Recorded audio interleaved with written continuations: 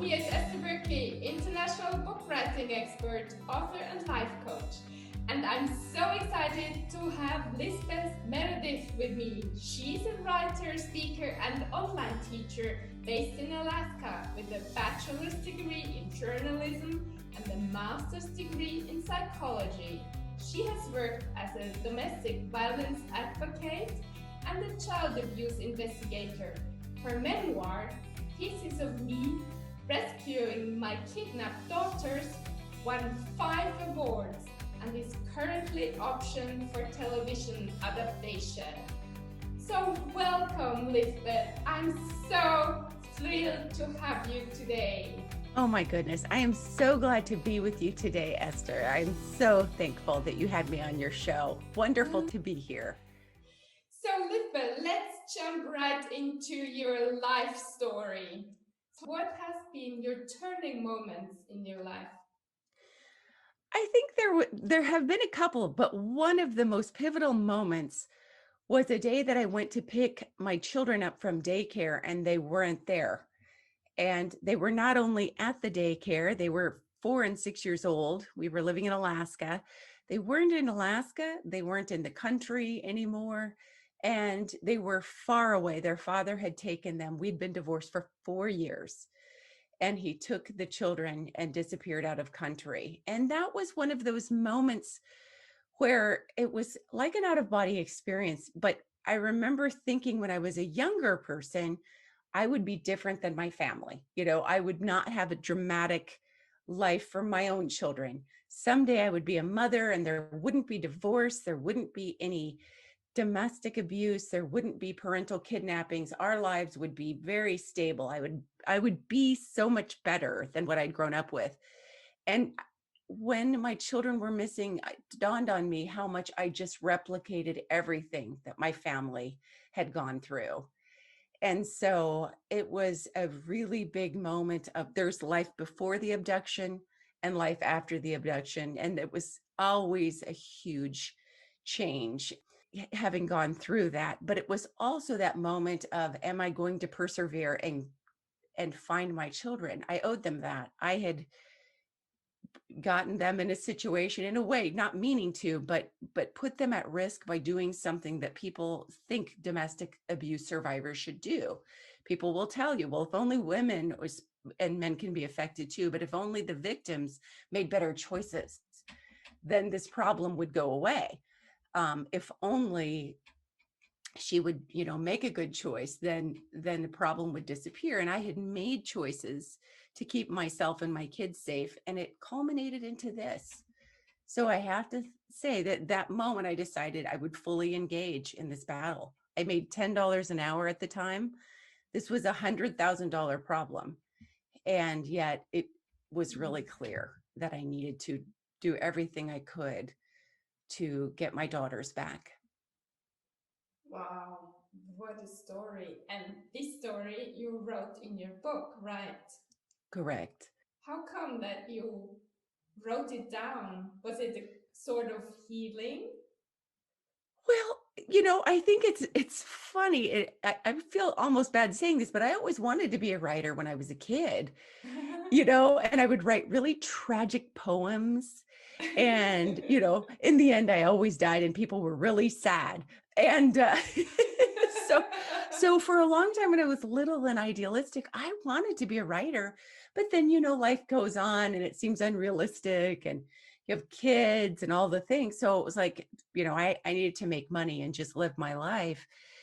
But it really was a story that needed to be told, because I think it was the worst in life sometimes brings out the best in humanity. And so as I went on this journey to get my children back, yes, sometimes people would say the wrong things because we're human, or sometimes, bad things happened when I engaged the police department or the State Department or whatever. It wasn't perfect at all. In fact, sometimes it was downright corrupt.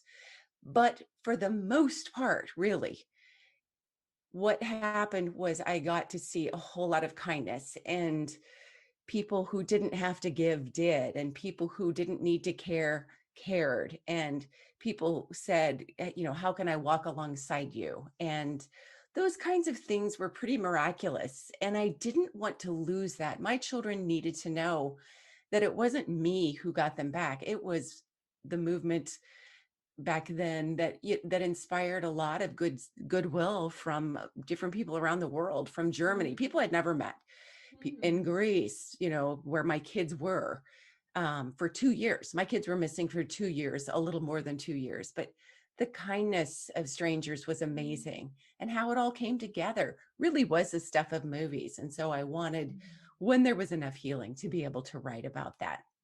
When did you start writing the story? Oh, Did I you am journaling all the way long during these 2 years when you were missing your children? sadly, uh, I don't journal when it's super happy times. So I did journal when the kids were in Greece, and especially when I made two different trips to try to find them. So I have my journals from there. And so it is sad really, because there's so many good things even now that happen in my life, but the human tendency is for the brain to go straight to the negative. And there's really beautiful things happening all around. But so I have my journals from then, but as soon as I returned with my children to Alaska 2 years plus after they were missing, my old psychology of women professor in my undergraduate degree, she said, I want you to come to my house and make cassette tapes of what happened. And I'll watch the kids. I don't care if you're going to write about it now or later, but someday I promise you, you're going to want to remember what happened. And this was in 1996 when the kids came back, May 24th of 1996. So I didn't start writing for a couple of years yet because truthfully, Esther, the worst was about to happen. The worst thing wasn't the kids disappearing and going away for 2 years. The healing journey and all the things that continue to come out for the children, that was the hard part, really. And so I started writing in the 90s, in the late 90s, after they returned, and I only had a couple of minutes a day. And I want your listeners to if you're writing a book or if you're thinking about it, be encouraged that you don't have to have an hour a day. I know there are a lot of writing coaches that say wake up at 5 in the morning, you can do this, but depends on your life. You may have kids at home, you may have two jobs. Sometimes I had a paper route and a full-time job and was in graduate school, but you can find those 15 minutes maybe in your car between meetings or between whatever. And I would start writing. It could be on a napkin, it could be on an envelope, a bill that I should have paid but probably didn't. And it started to take some shape. And then eventually, like in the year of 2000 and something, early in the 2000s, I went to a writers conference and found out how bad my writing was, even though I had a degree in journalism. And so I joined a critique group, and then I kept it up, and still bad. And then hired a writing coach eventually. So it took 20 years before I had a nice enough manuscript, really, and before we were at a place of healing. I think sometimes as writers, we think, well, people just should want to know this because it was an amazing story. But really, what does the listener or the reader take away? I have an audiobook and it's a memoir as well. But what do they get to take away? What's in it for them? It took decades to really figure that out because I wasn't sure if I was at a place to tell that story yet. So it wasn't an easy process. What was your biggest fear? Um, I think when you write memoir, of course, it's affecting people horribly that are still alive, or getting it wrong, or upsetting someone who has a violent, volatile tendency, such as my former husband. My mother could be a lot. And I didn't want to tell the story when they died because to me that sounded a little bit cowardly, like wait till they die and then I'll say everything. But on the other hand, I didn't want to trigger them. So, those were really big fears, but mostly I wanted to tell a story that the reader could take something away from and it wasn't traumatizing to them, that I didn't leave them with big scar tissue. Mm. So, what finally helped you to publish this book? Was it a coach, or was it friends who told you you have to publish it now, or what was it? It's such a good question. I kept going to writers conferences, and it was at one of those conferences that I wouldn't just attend passively. I would always bring work to submit to somebody. Even though I cringed, it made me feel sick inside because I knew they'd have awful things to say. I never did that without them telling me some amazing nugget of truth that I would take forward.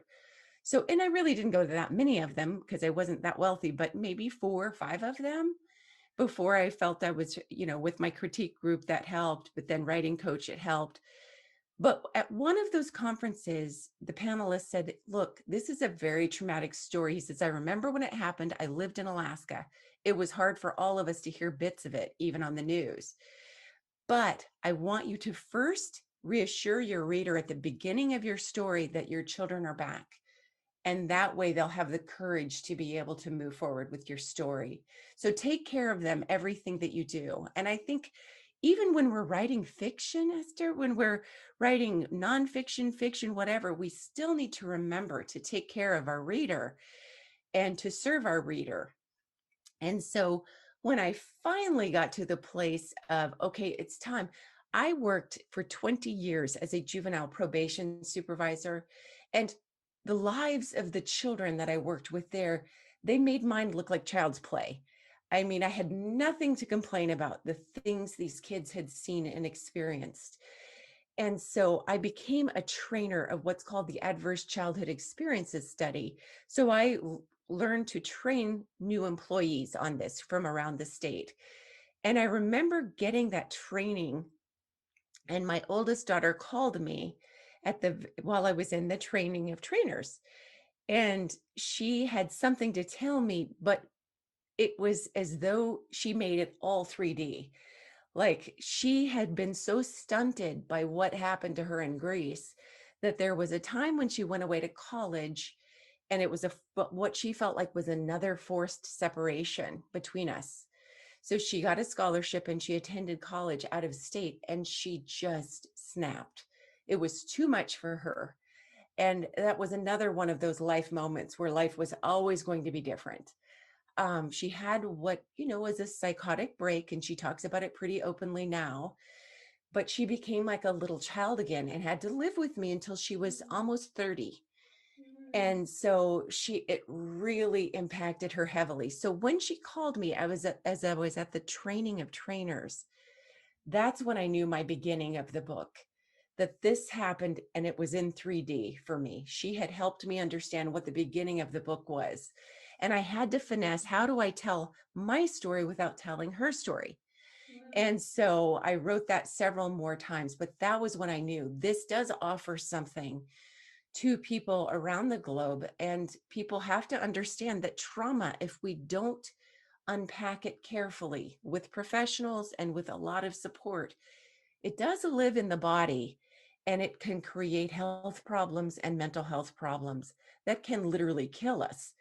And so that was when I knew it was like, okay, it's time. I know the beginning of this story. I know where the end is, and I can figure out how to write a parallel story.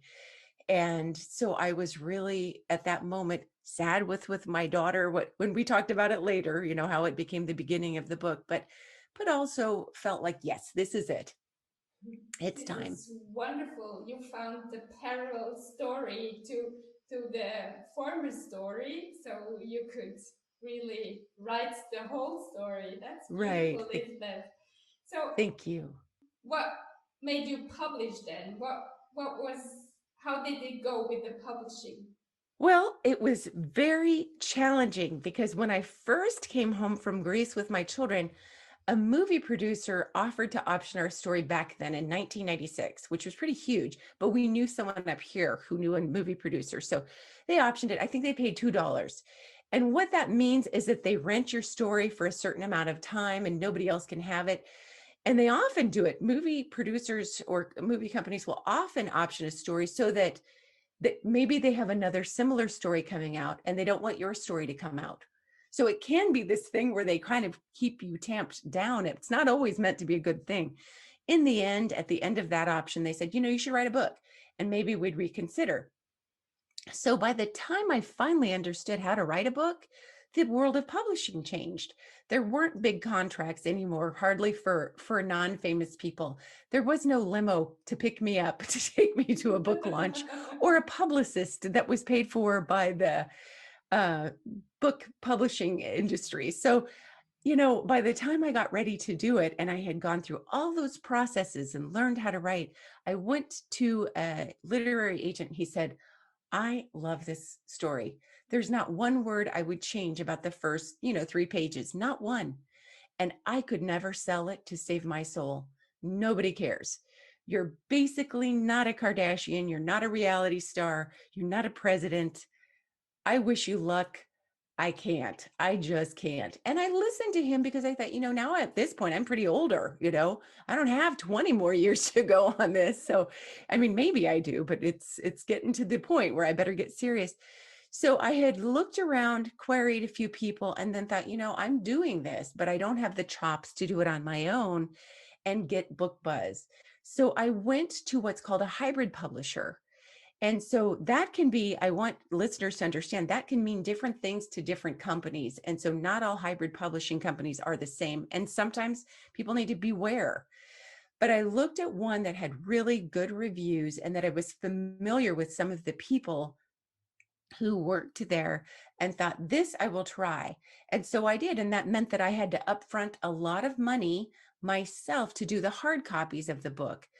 But I didn't have to upfront a lot of money. I think all writers need an editor, right? I desperately believe that people don't reach a point in their writing career where they don't need an unbiased set of eyes on their writing. Not your writing group, not your mom, not your dad. Hire someone. So I would have done that anyway and paid a good amount of money. That's not cheap. And probably had a couple of different edits by different editors. So it wasn't that expensive that I could say, oh, I would never pay that. It's just that I knew I wanted hard copies and I would need to upfront that. I wrote a grant and got some money toward that. So that helps. That can help. But that's how I decided to do it, with a company that specifically looks at the stories of women. She Writes Press. And that was an interesting journey. And they were so committed, and are so committed, to helping their clients be a partner in the publishing process. So in things like metadata, your book's cover, the back matter, the weight of your book, the title, all of the things, they really wanted my input. But then on the other hand, I didn't get final vote for everything because they knew better than I. I had a ridiculous title, Esther, that I was so committed to. And they're like, no, that's not happening.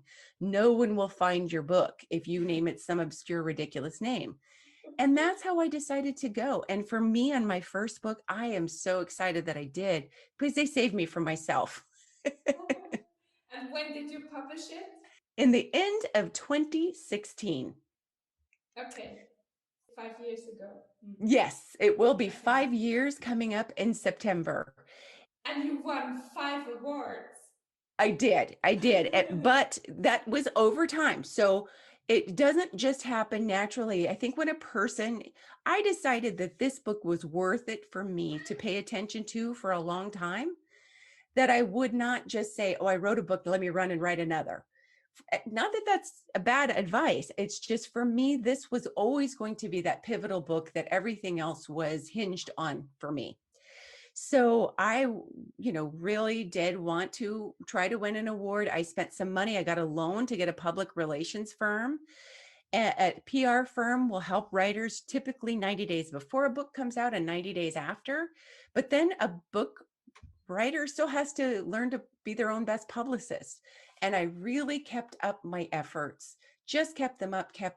And 2 years after I published was when I really started getting a lot more attention. I don't entirely know why. People and book clubs up here and around the country did respond. And there were some things I was doing right, but it was 2 solid years after I published, and I was out of country and got notice that a movie company was looking at my book. I assumed they were scammers because that's how my mind thinks. I worked in probation, so I typically distrust. But it turned out they were really nice people. So I would say to listeners, if you've written a book, don't give up on it, because our books can make us money and help readers for 70 years past our death. And so it's really important to have the long view. Congratulations, Lisbeth. You Thank did you. it. You Thank you, did it Esther. and you didn't give up. I So, didn't. what would you say to our audience? The three most important advice. I would say definitely make sure that you do write in community, that you have maybe a critique group, and that's fine if you don't like critique groups, but then an editor or a writing coach, something for sure. I would say definitely develop that thicker skin.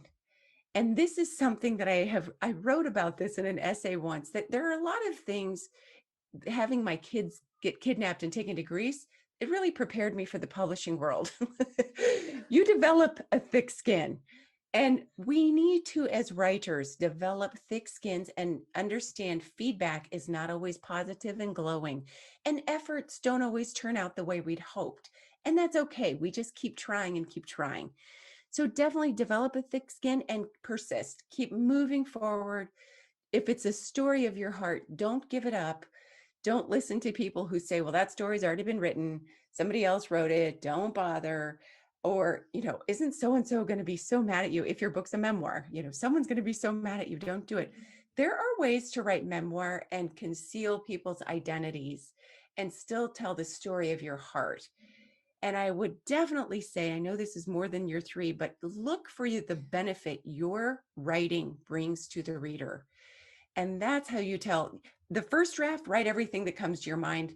Say all the names, say the mean things, write it all. Don't worry about it. But at some point in the process, get to the point where you're thinking, how does my story benefit the listener, the reader, all of that, depending on if you're doing audiobook also. How does it benefit the reader? That's the story I want to be able to share. Wonderful, Lisbeth. Where can people reach you?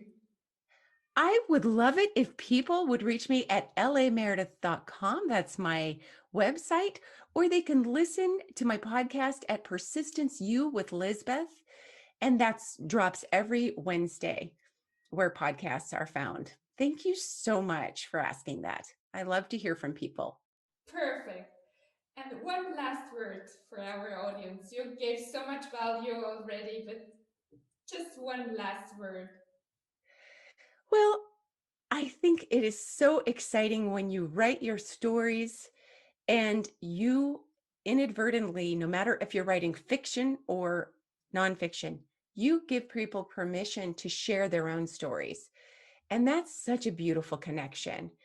And so when people tell you books don't make you rich, why are you bothering this and that? Well, it really depends on how you define rich. So I really want your listeners to keep up with their own stories. And of course, every time you read a book, that is a privilege to the author. And so thank you all for doing that, right? For those of us who are in the writing field, that's just so terrific. Thank you so much, Lisbeth. It has been a pleasure to talk to you. It is always a joy to see you, Esther. And thank you so much for having me on your podcast. I have loved it.